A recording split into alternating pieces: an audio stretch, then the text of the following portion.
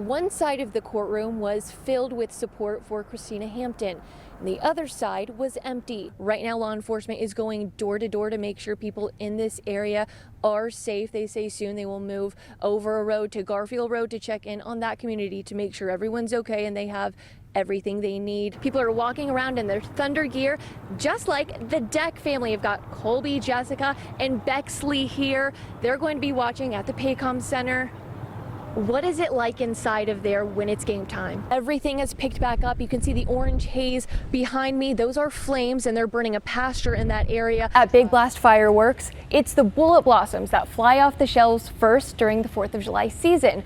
But this year's going to be different, because for the first time in 45 years, Oklahoma has made bottle rockets legal, and they expect these to be the #1 seller. Well, ODOT has come through Highway 75 and it does look great. A lot of the snow has been pushed to the middle. The medical examiner just got on scene and now an investigation has started. There's pictures being taken and a drone flying above the scene. We went to 3 smoke shops in Tulsa, and each store asked to see my ID because you have to be 21 and older to purchase Kratom. The excitement just continues to grow every minute. We're now in the 4th quarter because the Thunder has had a decent lead all game. Just a little bit of lightning and thunder. We're about a minute from downtown. I'm in a neighborhood that has seen a lot of damage today, especially several trees that have fallen down in this neighborhood, like the one behind me. Norma, do you have any comment?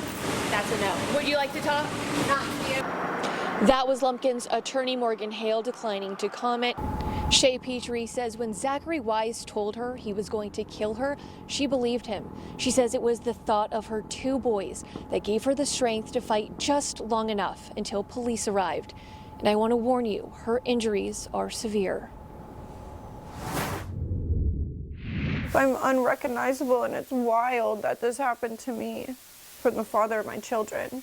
Shay Petrie says she and Zachary Wise had dated off and on for about 8 years, but weren't currently together. She says he was dropped off at her apartment about a week ago when her kids were home, and says she told him he could stay here for a little bit, but he couldn't move back in with her. He was going to start a job on Tuesday, this Tuesday, and that was him like getting his life together for his kids, and that's what I wanted to do, is to help him get on his feet and go on your way so he can co-parent. The 2 went out Saturday night, and Shay says Wise became jealous and got into a fight with another man. After the couple left, Shay only remembers parts of what happened at her apartment. And he said, "Look what you made this man do to me."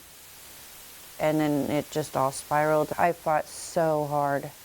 All I remember is like this one time I was just on my back, and he just like, my nose was bleeding, but blood was going in his hand, and I was just like sucking it back up and like drowning almost. He said like, I'm going to kill you and I'll spend the rest of my life in prison. A neighbor heard them yelling and called 911, and then police knocked on the door. Wise jumped out the window and Shay was taken to the hospital. She believes that neighbor saved her life. It was an angel in disguise, you know? That and the thought of her boys. When it was happening, all that was playing in my brain was those 2, and that's what kept me going.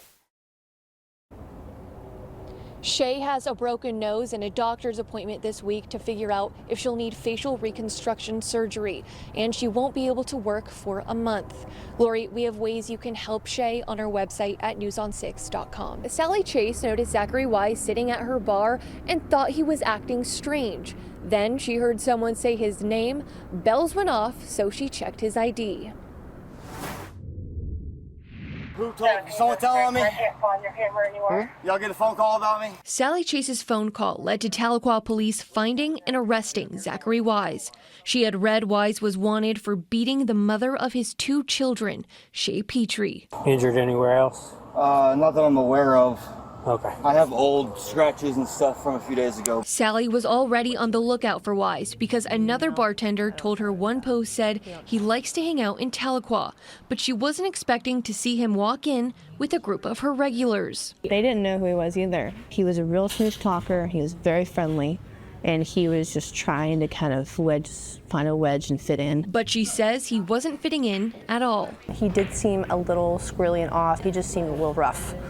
So I kind of clocked that. After checking his ID, she knew she had to do something without tipping him off. We had one shot and had to make it count, and I could feel later. But right now, let's handle business. And that's what this place can handle business. When Wise walked to the jukebox, she called 911. When police got to the bar, Wise ran out the back door and jumped a fence. Police found him hiding in a creek. You've got your knee bleeding. Yeah, I'm sure I do. It's okay. Okay. I probably deserve it. Sally says she called because she wants the victim to know good people don't tolerate something like this. I wanted her to be able to rest eventually. She's probably got a long road to recovery. It's important, and I always hope that someone would do that for me. Lori, Sally says she wants the victim to know even strangers have her back, and it's always worth it to do the right thing. Jalen Johnson worked for Roger Thompson, the owner of Successful Dreams, for 2 years, and there's only one time she can remember an issue with her paycheck. I think it was 2023. They were late on paying us, but they got us our funds that day. Jalen's job is to go to the homes of people with intellectual disabilities and help them shower, get dressed, and eat. Then she takes them to the day service center so they can do activities. I love these clients. I love their guardians. I love all of them. The lights are on at the Successful Dreams Day Service Center, but employees say it's been closed since Monday. So now Jalen has to keep her clients at home, and she says she hasn't been paid since last month or seen the owner in nearly 3 weeks when employees held a meeting with him about when they would be getting paid. Are we getting paid on the 12th is my question. He said, oh, we got you guys through the holidays and we're just gonna be late. Just give us some time. So here comes a week. Haven't gotten paid. While the employees are struggling without their paychecks, they're really worried about their clients, like Carla Lewis, who has a son with Down syndrome and relies daily on these workers. I'm not able to care for him myself, and it was very scary for me to wonder what was going to happen to him. But the employees have still been caring for the clients, even without their paychecks. They're like family. They've been there for us through this. They haven't walked out. I called and texted the owner, Roger Thompson, but I never heard back. Several of the employees and clients of Successful Dreams say they've already moved on to another support services company. But Jalen Johnson says she's still owed about $2,300. In Independence, Kansas, Chloe Abbott, Oklahoma Zone, News on 6. Jody Webb was asleep when the fire started, but her neighbors went inside her home and got her out just in time before the flames reached her house. It's hard finding the perfect roommate. I try to be quiet a lot, but I'm not too much trouble. What kind of roommate is she? Very loud, but she is perfect. I mean, she's no problem at all. 89-year-old Jody Webb is living with Becky Reynolds. Not exactly by choice. I'm still numb without the fire. I can't believe it really happened. The Tarleton wildfires in March of last year burned the home her late husband built 25 years ago. Becky and James came and said, get something, we're leaving right now. There's fire down in the corner, you know.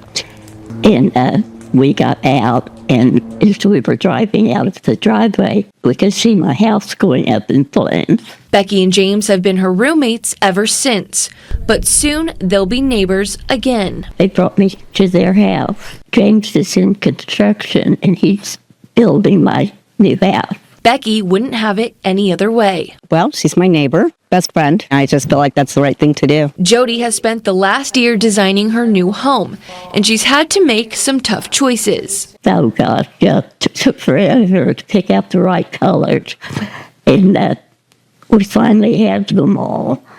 But I'm going to be so excited to see them. There might still be burnt trees and scorched grass, but around her future home, sunflowers grew. Jody says that was a sign. It's going to be okay. Because Jody has roommates turned to family. She's been more than a daughter. She's my little saint. That will make for pretty perfect neighbors once again. I'll have to come kidnap her, put her back in there every now and then.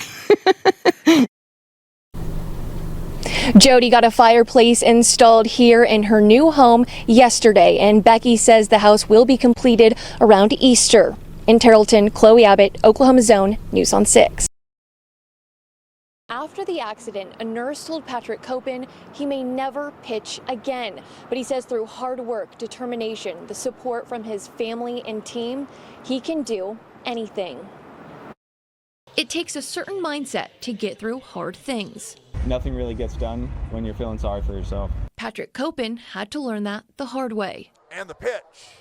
Back in 2024, he was the starting pitcher for the Great Lakes Loons in Michigan, the team below the Drillers. He had been struggling in his last few starts, but he had a good feeling about the game on August 20th. I really had thought that that outing was the one that I was going to turn the corner. But in the third inning, Patrick's life changed forever. I was struck by a line drive during a game and lost vision in my right eye. When Patrick went to the hospital, he knew his face was broken, his nose and jaw were deviated, and that he would be checked for a concussion. One of the nurses at the hospital shined a flashlight in my eye, and they're like, "Can you see anything?" And I was like, "No, why not?"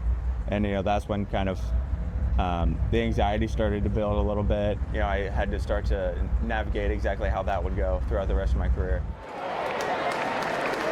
2 years later, and he's one of the starting pitchers for the Drillers. I definitely want to, be the voice and the embodiment of, baseball is for everybody. He still remembers his first game back a year ago, almost 4 innings with no hits and 9 strikeouts. My mom and dad and I believe my grandma and grandpa were there as well to, kind of bring in the new version of me. So it was extremely emotional. Patrick's dream is to pitch in the major leagues, and on his way there, he wants people to know his story and take away one message. You can play baseball pretty much no matter what.